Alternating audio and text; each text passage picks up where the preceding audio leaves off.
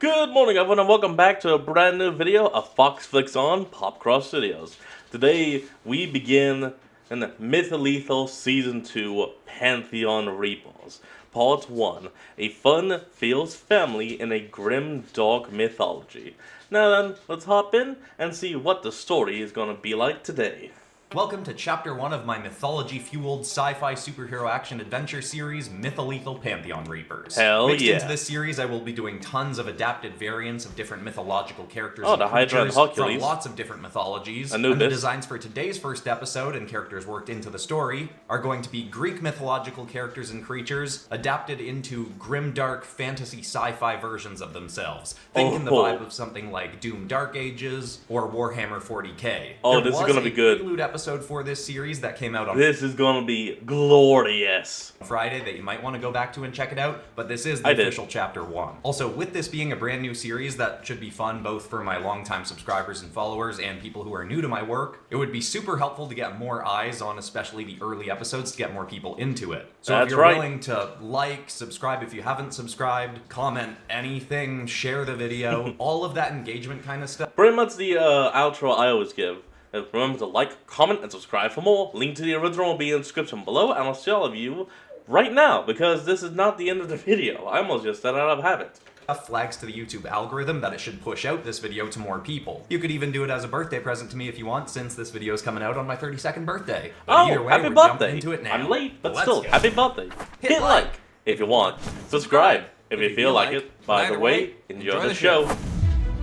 Alright, here we go. Who's first for the grim dark filter? As Ordis Venimo knelt on the Of course, the one and only, the god of war and battle, or the man himself, Ares. Nope, kind of butchered my throat on that. Ares, the god of war. cold steel floor with his arms By the way, holy damn, is that a glow-up or dad? bound in concrete slabs on either side of him, he was almost fully immersed in the rantings of the tyrannical god before him, though a question kept coming to his mind. Here in Dimension G289, atop a Gothic tower, like a blend of medieval architecture and rustic futuristic technology, the Greek god of war stood, wielding a glowing axe with a plasmic blade. Ooh, He was emphatically that's cool. asserting his destiny to rule over this entire realm, stating that what remained of his planet's pantheon would either need to fall in line or fall by his blade.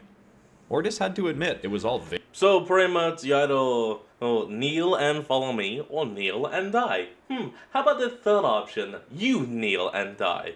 Because, this is Ortis Phanema, i.e. the man who took down, almost took down, Tulsa himself. very theatrical and convincing. The god's armies of Neo-Spartans, enslaved soldiers, and mutated monsters waited impatiently below for the coming assault. Damn, that is a badass weapon.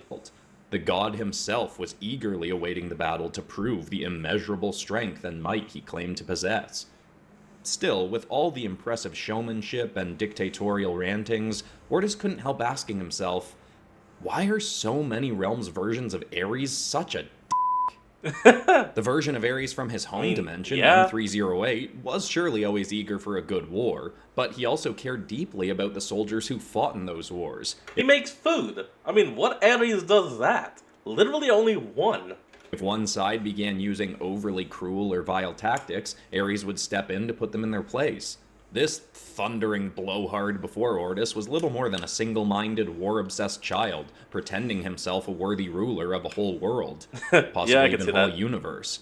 Ordis couldn't help feeling a little sorry for him. It wasn't his fault. He was born into a world so grim and dark and cruel that it raised near everyone in it to believe that any compassion and kindness was weakness. Still, this Ares needed to be stopped, and would be quite soon. Mortal and god alike will finally know me as a cleansing fire. How about a god fire Reaper? that scorches the feeble and frail, while allowing the strong, the resilient to endure, to know their ferocity alone allows them to persist in my world. All of Grecoceptus will know my might, and see all other gods as false idols. And when our world bends the knee, the strong, unified under me, will set off to conquer all worlds in my name. With that, a perfectly that's actually timed not too crash bad. of red lightning exploded above, as if divinely orchestrated to conclude the tyrant's rant with a bang. Oh, no Wow, Ortis said quite genuinely. Of all the villain monologues I've heard, that was one of the best. I'd give you a hand, but, my hands aren't exactly Bound accessible right now. now. The god turned and slowly stomped towards Ortis, the boots of his armor clanging menacingly against the steel roof. You will give me more than your hand. Your life will be mine. But first I will make you watch as I slaughter your insufferable family. Okay, to be honest, that would be the perfect point for Ortis to just laugh and be like, hey, give you my life? Sorry, man, I hate to break it to you, but first off, I don't swing that way. And second off, I already swore my life to the love of my life. And that would be the perfect moment for Mythel to hop in and strike. Starting with the fabled lethal one herself. Unfazed by the threat to his wife, Ortis replied, Well, I'm sure Mythel will be very eager to face you, but if you wouldn't mind, I think we'll have one of our grandsons face you first. Since he and his mother came back to us, he's developed a strange obsession with getting a chance to punch you in the face. Ares stopped a few feet from where Ortis knelt. He loomed over him, lowered his massive axe, and used it to raise Ortis's chin slightly higher. No fist will strike me, no blade will meet my flesh. This day ends with my triumph. So have I claimed as my own destiny. Yeah, not gonna happen. Your confidence is impressive, Ortis said, looking the god up and down, though he wasn't focused on his physical form. There was a violent red mist and light swelling around Ares like a storm only Ortis could see. Your aura shows you had so much potential had you integrated your hatred and ferocity and the power they hold for good. Ooh. I'm genuinely sorry for what comes next. Before Ares could reply, a shrieking caw echoed across the kingdom. Descending from the skies above were a few dozen massive birds with bronze wings. My pets return unharmed. If your kin could not even handle the Stymphalian aviates, then what hope have they? He stopped mid-sentence, noticing as the birds got closer that there were figures astride their backs. Traitors. And you done goofed. Archers! Gunners! Strike these vermin from my skies! Instantly, glowing red arrows and bolts from blasters exploded upwards like an inverted crimson hailstorm. The birds and their mounts all would have been struck from the skies instantly, if smoking white shields hadn't appeared below them all. Ortis' son, Allegor, shielded the whole clan, as usual. While the god was furiously clambered onto the tower, shielded the whole white shields hadn't appeared below them all. Ortis' son, Allegor, shielded the whole clan. We finally got the name of one of the direct descendants, and not one of the grandkids. Finally. Haha. I'm gonna have to hear it a few times to actually incorporate it, but that's just how human brain works. As usual. While the god was furiously focused on the ever-approaching birds, he didn't notice at first that another figure had clambered onto the tower. Ortis only knew when a gentle hand fell on his shoulder. He glanced back just enough for his peripheral vision to catch a glimpse of Nerati, one of his daughters, another descendant who'd only recently returned to the family after so long apart. She hid behind one of the concrete pillars holding Ortis' arms, and was doing her best to stay quiet as she fidgeted with some device, likely made by his other daughter, Chronicla. Before she could finish whatever she was doing, Ares furiously slammed his blade onto the roof, sending crimson... I mean, we all know Ortis and Mythel definitely got it on and had a lot of kids over the millennia, but we have no idea the exact number. We only just now got 3 of them, and we know he has 3 grandkids. Sparks across it. Ortis' entire body tensed and spasmed, feeling like he was being burned alive. He'd felt much worse, but was more angry that he knew Nerati was experiencing the same thing behind him. The shock stopped as the god stomped closer again. Do you underestimate me so greatly, Quellerkin? Nerati, with her hair standing on end, peeked from around the stone slab. Oh, hi there, love. Great look, by the way. Not really my aesthetic. Bit grim for me, but a very cohesive vibe between you, your army, the big creepy castles. Really gives off the mightier than thou vibe that you're going for, but honestly, you can just ignore me. Fighting really ain't my thing. I wanted to stay behind with me Aunt Lorna, but also wanted to keep an eye on me son, who is really insistent on punching you in the face. So really though, just ignore me. More exciting people is coming to deal with you any second now. You know, I'll be honest, I think we will need to kind of take a step back and try to fully plot out the Ortis Mythol family tree, because damn, we got a lot. Ares whipped his blade towards You know what? I'm gonna do that personally just for fun, and to make sure, I'm gonna make a note of it. Narati. She dove to the ground as the axe shattered one of the stone slabs, pelting Ortis's face, but Ow. not destroying it quite enough to free him. The weapon instantly flew back to the fuming god. You are descended Hey, it's from got a loyalty. lethal one and refuse to fight? Did she train her kin to be pitifully weak-willed? Ortis ignored Ares' words and looked back nervously at Narati. She was slowly picking herself up, but sparks of mist were bursting off her. He didn't mind when her white shadow emerged, but he knew she wasn't particularly fond of it. Where are the mighty who will challenge me? Where is the glorious battle to seal my fate? A quiet clang rang across the roof as a fist-sized steel ball struck against it.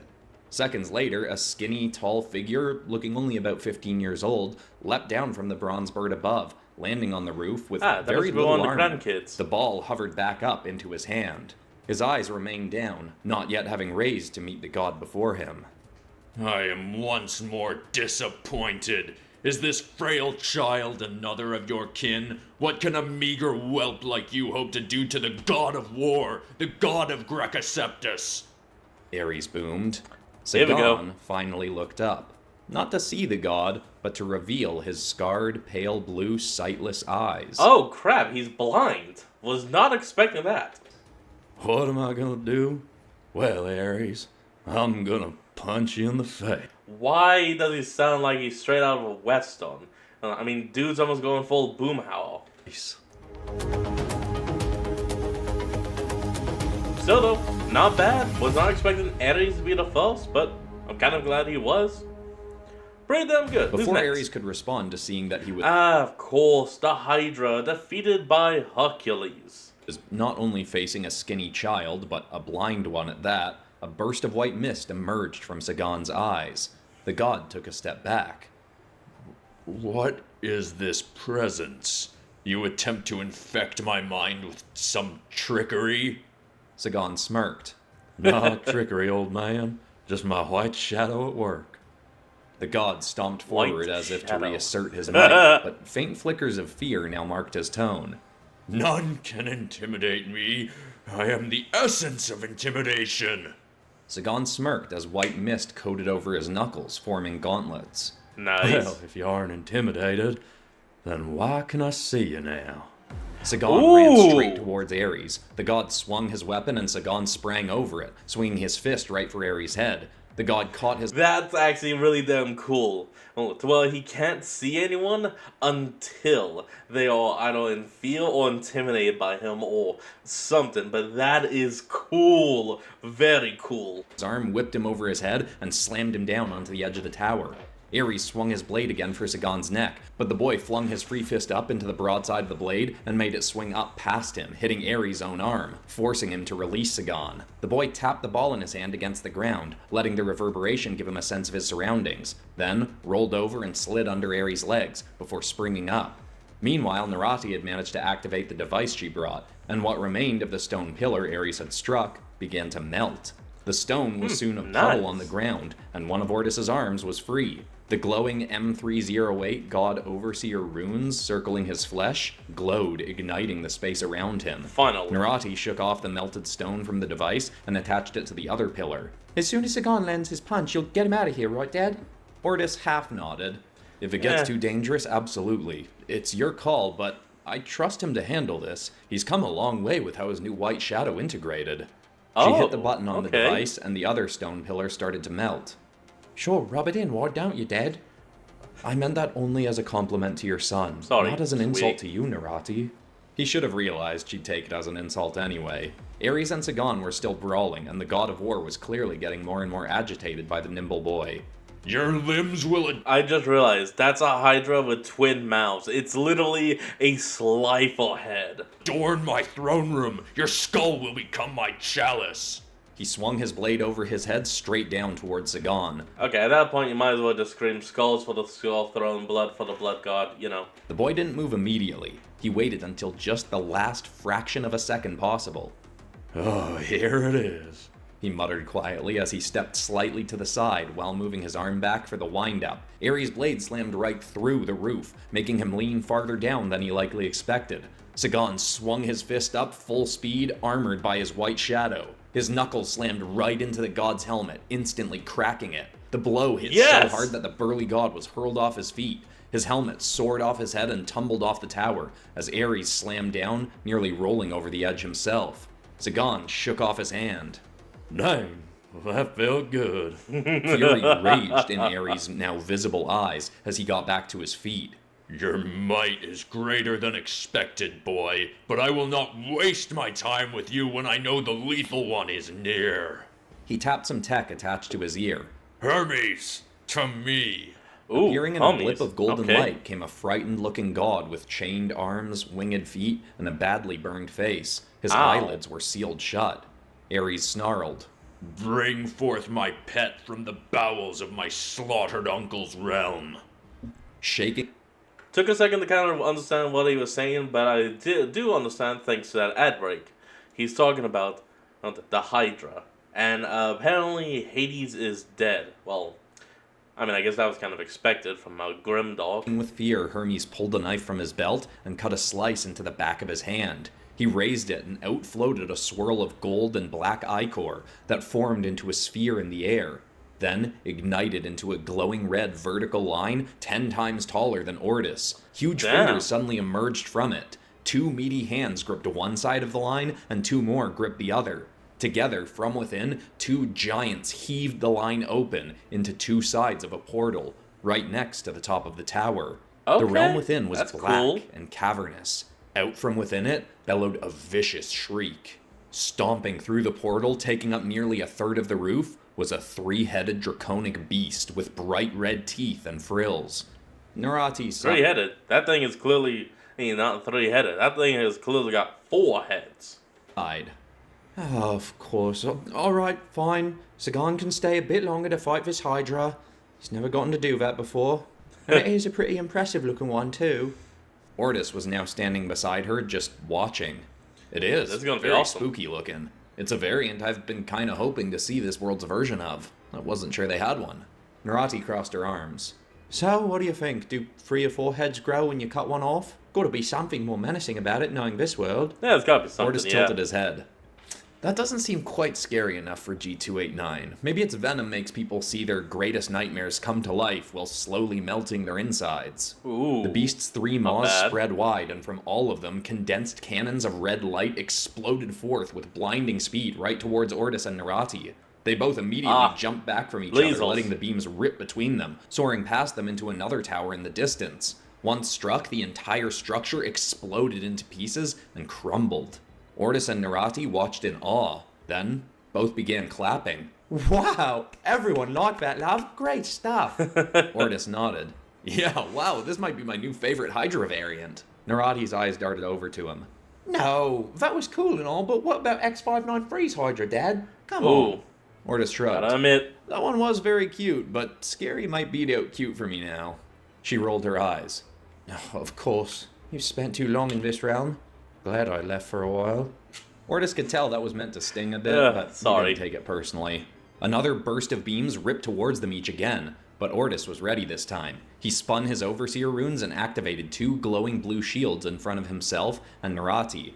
The beams absorbed right into the shields, leaving both of them unharmed.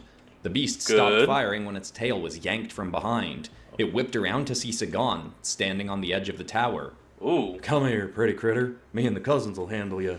Time to give Grandma and Athena their time. Also just realized this thing technically has 5 heads because of that. Unless technically that one and this one don't count as heads, but it's connected right down to the neck. So what do you say? Also, I think we're about to get at Athena from our world as well, or Ortis's world, I should say. I'm with the big man. White mist burst from Sagan's eyes once more, and Really? all 3 of Let the me see. creature's heads shuddered. Yes! But still thrust towards him. He punched one away, then grabbed another and yanked backwards. The beast's claws slipped across the slick steel roof and started to fall with Sagan over the edge. Narati sprang over the edge to see where they were falling. When she saw that another tower was only a few dozen feet down, her concern slightly lessened. It lessened further when 3 more bronze birds carrying 5 of Sagan's cousins swooped down past her towards him and the Big Hydra. family. They leapt from their mounts Very onto the big. beast, and within seconds, 2 of its heads were gone. All the cousins knew what happened when a Hydra lost its head. Narati rolled her eyes, knowing that all the Godqueller grandkids were deliberately making their foe more powerful for a better fight. Of course. Where is the true champion of your family? Ares boomed furiously. Where is the one I am truly destined to battle with? Bring me the battle that will begin my reign. All right, so impatient. Finally, the matriarch of the Phonemo family landed on the roof, a swell of white mist bursting off her in a shockwave, blinding Ares for a moment. He waved away the haze. Long overdue is your arrival, lethal one. It is time for you to be quelled by the very foe you promised one day to... He stopped. Oh? What is this? With the white smoke clearing, he could see that not only did the mighty Mythal Phonemo not have any There she armor or is. weapons, but her arms were bound behind her back with burly steel cuffs. Trust me, darling, even with this little hindrance, this probably still won't be a fair fight. You dare to insult me so greatly as to think you can come to our... She could literally kick your ass with her hands tied behind her back. Ares, you ain't got shit on her. arms against me in such a state? Truly, you should take it as a compliment that I did not also wear earplugs and a bag over my face to blind me. Ares' lip trembled with rage, but a slight smirk also crossed his face.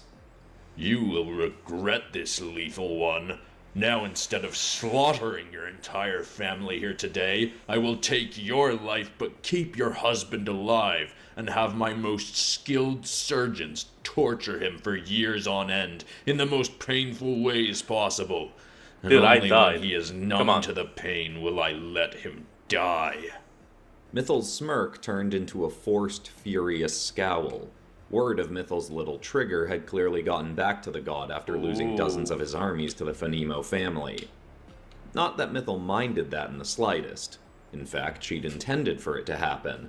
Mythal glanced back to Ortis. With a disappointed sigh, he gestured to her with a thumbs down. Go She ahead. nodded, turning back with fury in her eyes.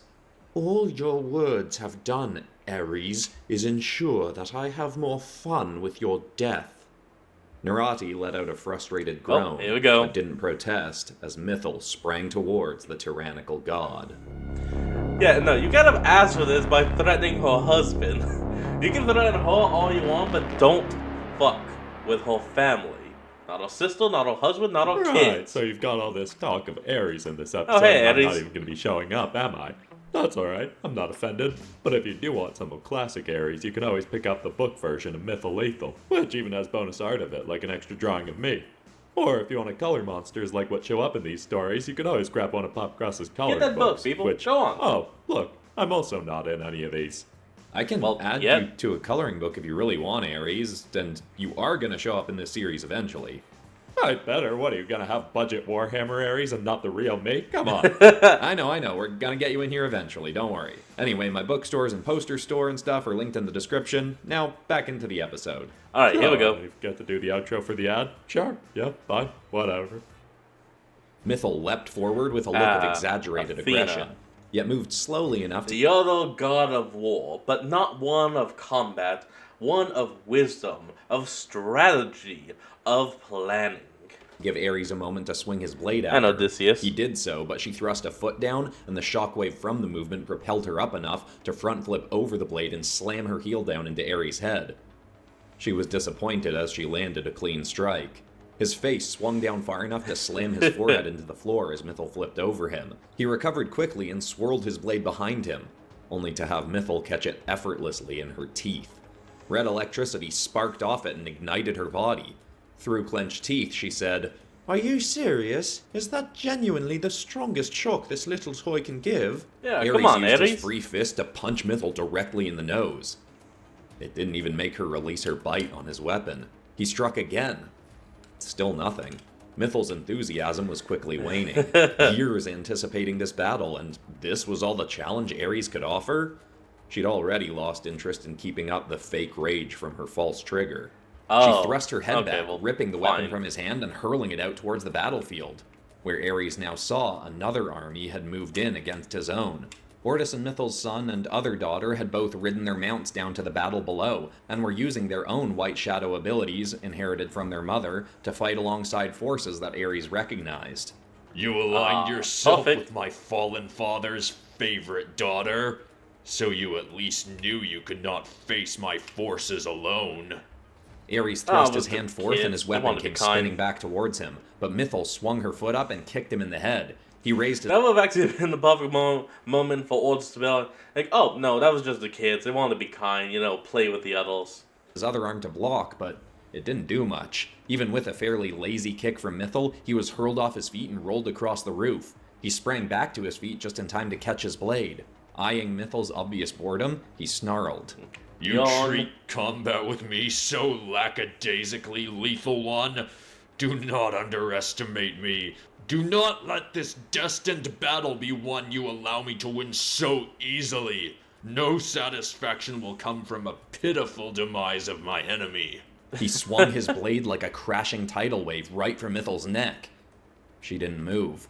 The weapon struck with such immense force that a shockwave burst across the roof, nearly shoving Ortis and Narati backwards. Ares' furiously Ooh, that's clenched tough. teeth parted as he went slightly slack-jawed, seeing that his strike hadn't even brought forth a single drop of blood. Oh, you know what? I'm having to hold back so much that this does not even entertain me. She sighed. He's all That's yours, a Athena. shame. May your Oh. battle be as legendary as you hoped. The clang of steel Yeah, boots okay. shook the roof. Ares turned to see a white and gold armored goddess. One eye was turned to stone. She wielded a shield adorned with a face whose eyes glowed purple. The scepter in her other hand was Yep. a familiar mighty trident. Ares growled. Athena, I care not if you finally Daughter manage to of slay our Zeus. miserable uncle. You are not the foe I am destined to face this day. And yet I am the one you will face. And Yeah, because the foe you want to face just said, man, I am so bored and tired of this. Is, you know what? No, I don't even care to kill you. Hey, Athena, take care of your brother. like Poseidon, who thought he could reclaim Athens from me, you will finally fall by my hand. My own might would have assured that, even without the aid of my Aegis of Petrification, which seals your fate. She held forth her shield, and the eyes on it glowed brighter, before a beam of light burst from them towards Ares. He held his Medusa. weapon in front of him to block the Nice. blast, and instantly the glowing blade began turning to stone. Bring whatever weapons you please. Bring the full force of Hephaestus's armory, and it will not be enough. You are not the rival worthy of my... Oh, shut up and start throwing hands with the poor girl already. Mythal kicked Ares so forcefully that he slammed into Athena, and they both hurtled from the tower, beginning their battle mid-fall. Their rage-filled screams bellowed through the kingdom as Mythal effortlessly ripped free from her cuffs and marched towards Ortis. Ortis looked at her sympathetically. You sure you didn't want to fight a bit longer? He might have summoned more beasts from the underworld to help him. Yeah, could That have could have done made something. it more of a challenge. She sighed. No, it's all right. I must accept it, as dangerous and vile as this realm is. Nobody here can provide a true challenge for me. It's all right. well. At least the grandchildren are having a good time. Perhaps they'll even retrieve some hydra meat for some sandwiches. Ooh. It's been some time since I've had one of those. It has been a while. Yeah, I wouldn't try eating that thing, but you do you, my love. I'd try a Narati bite. was anxiously watching over the side of the tower as Sagan and the cousins battled the beast. She jumped as Mythal put a hand on her shoulder. He'll be fine, Narati. You underestimate the boy. He is a force to be reckoned with, just like his father. Narati's eyes darted angrily at her mother, but then down. Okay, now I really wonder who are the who are all the parents of the grandkids? I know, of course, one of the parents would be one of the kids, but then who's the spouse? Who is the other? Oh my God! I gotta make a family tree. I'm geeking out. Down at her own feet. Mythal quickly realized her words weren't appreciated. Sorry, daughter. Does it upset you that I brought him up, or that He's fine. I'm fine. She pulled her shoulder away from Mythal's grip and walked to the edge of the tower with white smoke spurting off her once again. Oh, She damn. whistled, and one of Ares' former pets flew down to her. She got onto its back, saying, Just keep an eye on Sagan. I'm going back to Haven. Ortis and Mythal both watched her fly off. Mythal sighed. Okay. Even when I try to compliment the irksome meathead, it's not appreciated. Even in death, he makes things harder for us. Ortis stood next to her. Oh, in death. So that means the husband in this last photo is dead. Okay. Wrapping one arm around her waist. She'll talk about him eventually. All we can do is be there for her when she's ready to. Mythal glanced who down it at is. Ortis with a grin. She turned, grabbed him, and pressed herself against him, despite being nearly a foot taller than him. You were gone for far too long. He smiled. I was gone for a day and a half. We've dealt with much more time apart than that, Yeah, come on. Still, she said before tilting his chin farther up and pressing her lips against his. The battle raged on for another A few glorious hours. couple Mythal they and are. Ortis eventually went down to join their children in combat, doing their best to only kill Ares' monsters and his willing soldiers, not the ones forcibly enslaved into his service. In their thousands of years of living new lives in different universes of the multiverse, Mythal and Ortis were no strangers to war and bloodshed, but Oh, they had a obviously strict not. rule against killing those who were forced into military servitude. Because Mythal knew she could jump too quickly to killing, she often deferred to Ortis' decision when it came to taking lives. His ability to see people's auras and quickly read personalities helped him determine whether any mighty foe had potential to be turned to a force for good. That was why they'd allowed Useful. Ortis to be captured by Ares' forces in the first place, so Ortis could make the call. Despite her disappointment at his lack of a challenge, Mythal hadn't been surprised in the slightest when Ortis gave the thumbs down to kill Ares. She just hoped Athena was enjoying having the task handed over to her. Not that many people probably born in was. this realm seem to even have the capacity to enjoy things. That was part of the reason they'd come to this dimension in the first place. They wanted to see if they could make even one of the grimmest and cruelest realms of the multiverse into a better place. In the very least, they'd succeeded in the long town time. they resided in here. Sagan and the cousins took a while to kill the Hydra. It turned out this beast couldn't be slain by severing heads then cauterizing the wounds, as is the weakness of most Hydras. This Very one common. instead required them to rip out all 3 of its hearts and impale them all at once. It took a lot of trial and error to figure that Kinda out, possible. but they enjoyed the challenge. Eventually, Ortis and Mythal went to check on Athena, hearing the sporadic shrieks and battle cries of her multi-hour brawl with Ares. Ortis was excited to see that they'd God. coincidentally found Athena at the end of the battle, right after she'd impaled Ares with Poseidon's trident, straight through his armor and body, pinning him to the stone floor of his kingdom's courtyard. She'd petrified all of his limbs, so there was little more he could do than take his final breaths. Mythal rolled her eyes as Ortis darted over and knelt next to Ares, eyeing the scepter pierced through him. Ooh, trident to the gut. I've been there, not fun. Oh, yeah. If you don't Not mind, fun at given all. you're dying and all, can you tell me what it feels like for you? Do you see light or darkness, a void? Are you Yeah. seeing all of your most important life decisions flash by? What's your death? The god of war panted angrily and just snarled at Ortis, making more blood spill from his already dripping mouth. Athena gave Ortis an angry and confused stare. He noticed, sighed, and chuckled at himself. Right, sorry. Fine. This is a big moment for you, Athena. Backing off. Ortis stepped back over to Mythal's side. Athena began a final victory monologue to her foe that, well, Ortis didn't say it, wasn't quite as good as Ares' villainous rant from earlier. Having given many It's always a monologue. Everyone has a monologue. many speeches to inspire armies, deities, and villages in his long life, Ortis was a bit of a picky connoisseur of a good speech. This one, he felt, was a bit mid-tier, not worth taking much inspiration from for his own future speeches. Still, when life Take finally notes. left the eyes of Athena's foe, she was clearly feeling a swell of pride, as a decade-long war was coming to an end. 10 years. It took nearly another full day for everything on those grounds to be concluded. The enslaved soldiers were freed, Ares' kingdom was taken, and Athena put some of her own god and demigod children in charge of scouring the various towers for anyone still loyal to the fallen god of war. Before they That makes departed, sense. as Ortis, Mythal, and their family stood in the muddy, tattered battlegrounds just outside the kingdom walls, Athena said to them all with a bit of an irritated tone, "As promised, those captured will not be tortured or executed." Mythal's lip twitched at the mention of torture. With the war being over, keeping up the performance of this trigger was likely not necessary, but there wasn't much downside in maintaining the illusion. Because of an unfortunate incident a few millennia back, Mythil had come to despise the whole idea and act of torture, but had learned long ago to control her temper. Still, she knew the benefit of making your foes think you have a temper. If your enemies believe you have an easily exploitable weakness that can make you reactive and reckless, you'll likely find a useful moment to use that belief against them. Athena noticed Mythil's twitch, and went on a bit more carefully. Your aid is truly appreciated, Lethal One, and kin of the Lethal One. And Mythil husband of the sighed. lethal one. Yes, well, remember that we will be checking in. If your own rule threatens to reveal the same level of tyranny as Ares, we will come for you.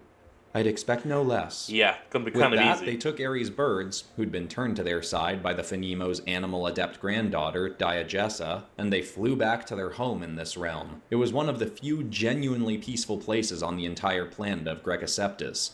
It had once been a village called Daurim, but had been renamed after the Phonemo family had moved in and helped it become a flourishing town abundant in crops, trade, and protection from Ares' forces, as well as whatever else threatened them. Now, it was called Mythhaven, named after the Lethal Mythhaven, One, of course. which had stuck as her title in this world more so than her past titles of God Queller or God Reaper. The Phonemo family all gathered in Demestria, the best restaurant in town, with food made by a demigod daughter of Demeter, who was the finest chef in the lands. Ooh, Soldiers who'd fought in the that's battle good. now danced, played music, and partied in the place, along with the Phonemos. Mythil and Ortis sat proudly at their table, along with Mythil's sister, Lorna, who was ignoring the Hey, party Lorna. and had her face buried in a book, as usual. Mythil and Ortis watched their family revel in the victory. Well, Lorna, look, it's been a couple thousand years. Do you have a boyfriend or a few ex-husbands? Or anyone at all? Or just books? I mean, nothing wrong with that, just asking. Mythil swallowed a hefty bite of her hydra meat sandwich. Ugh, even the finest demigod chef around failed to make this vile beast palatable. Where's that's our a home shame. realm's Ares when you need him? Anyway, Ortis, what do you think? Does this realm hold more adventures for us? Or I does think the we're time done. approach to move on? He paused a moment, watching as Sagan attempted to flirt with a woman who looked far too old for him. Not that he could see her to know that.